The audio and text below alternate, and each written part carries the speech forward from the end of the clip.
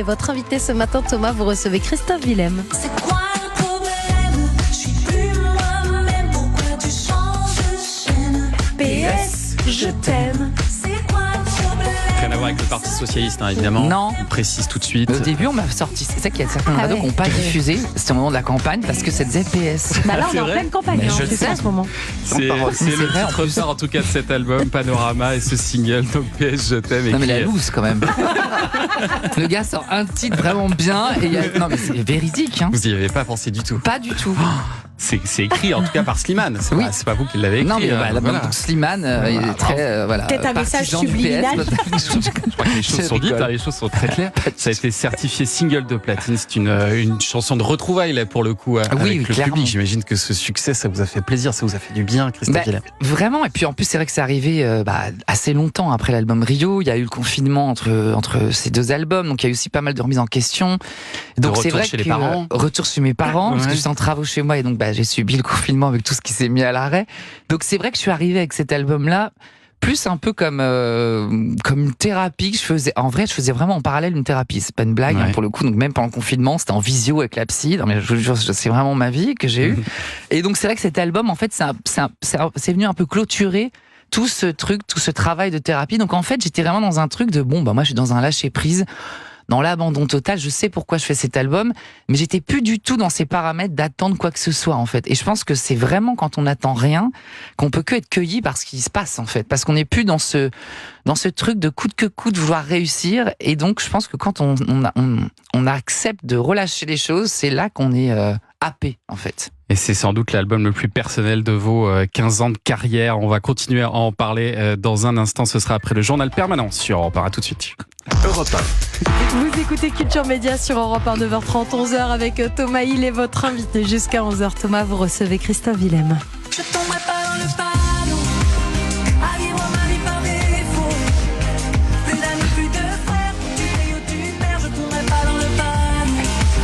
Je laisserai personne sur le carreau, la guerre se prend les râteaux. Ah, il la tient, hein. C'est ta chanson en même temps. Je tomberai pas. Est-ce Bravo, que Christophe. vous êtes fort. Est-ce que c'est ce que vous êtes dit en sortant ce nouvel album, même si ça marche pas, même si ça va pas, je tomberai pas. Voilà.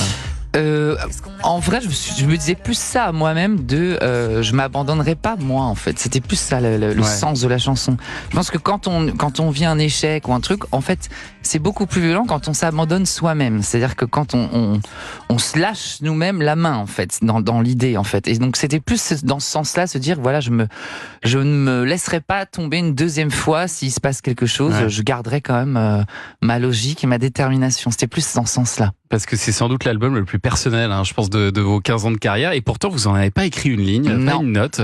Mais j'imagine que vous avez beaucoup discuté avec les auteurs pour qu'ils retranscrivent ce que vous vouliez dire. J'ai couché avec tous. Ah, Non, je rigole. c'est ça la technique. Non, parce que je l'ai fait exprès pour toi. Et en fait, Bien sûr. elle n'écoutait pas à ce moment-là. Si, Rochelle Anissa, elle a Non, repris non. direct. Non, mais si, ça m'a tout de Mais suite. bien hein. sûr, ça c'est Non, mais c'est la vrai que j'ai pas- réminiscence des trucs du professeur de communication. Mais qui tac, évidemment. Bien sûr. Il capte son Bah, bien auditoire. sûr. Il connaît le sujet qui peut me. Mais évidemment qu'il peut réveiller tout le monde. coucherie.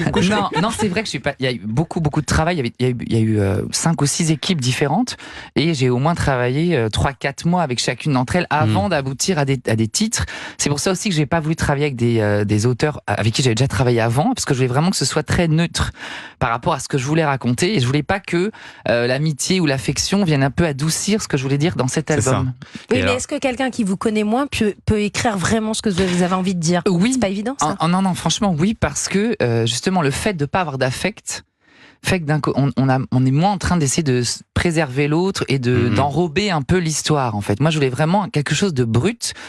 Justement, vraiment, c'est le parallèle avec le travail en psy, en fait. J'ai vraiment quelque chose de brut, d'assez factuel, et qui s'attarde pas sur l'émotionnel, en fait, qui raconte juste ces choses de manière cash. Et visiblement, vous leur avez raconté que ça allait pas top. Hein, quand on lit juste les titres des albums, de l'album, je tourne en rond, tiens bon, noir, solitude, je vais exploser. Mais on est alors- loin de quand je serai grand, je serai Bee Gees. Mais en vrai, non, mais attends, en vrai, Le mec, il tutoie tout le monde d'un coup. Non, mais c'est la fatigue, Vous c'est êtes les à la 2 maison, heures. Christophe. Les 2 heures de voiture. Non, mais en vrai, non, c'est un album qui est plutôt assez optimiste. Mais oui, à c'est ce que l'arrivée, je oui. raconte. Parce que Double Jeu, par exemple, pour le coup, à l'époque, c'est un titre qui fait vraiment danser. Bon, Zazie, elle a aussi l'art et la manière d'arriver à faire danser les gens sur des chansons qui sont pas si drôles que ça. Ouais. Quand on écoute vraiment les paroles de Double Jeu, je dis en gros, je sais pas du tout qui je suis. Est-ce qu'un jour je le serai? Pas, j'en sais rien. En fait, c'est ça que je raconte. Et là, dans cet album, dans Panorama, c'est un peu à l'image de la vie, quoi. La vie, c'est pas un long fleuve tranquille. Et en même temps, je pense que c'est quand justement on a des moments un peu down, des moments un peu mous, qu'on sait apprécier les autres. Vous racontiez tout à l'heure comment j'avais vécu le succès du premier album. Honnêtement, j'ai pas vraiment profité parce que je savais pas réellement ce qui se passait dans C'est ma ça. vie. Ouais. Peut-être que si j'avais vu un premier album qui avait été un échec, j'aurais beaucoup plus profité de celui qui avait marché plus Oui, mais tard. est-ce que vous auriez continué Si, avec je un pense échec que en si. premier? Vous Ah aurez oui. laissé continuer. Si, parce qu'il y avait tellement de disques dans le contrat que de toute façon, on m'aurait forcé à continuer, quoi qu'il arrive. Allez, écoutez cet album Panorama. Et nous, on va jouer avec les auditeurs au 3 ou rien.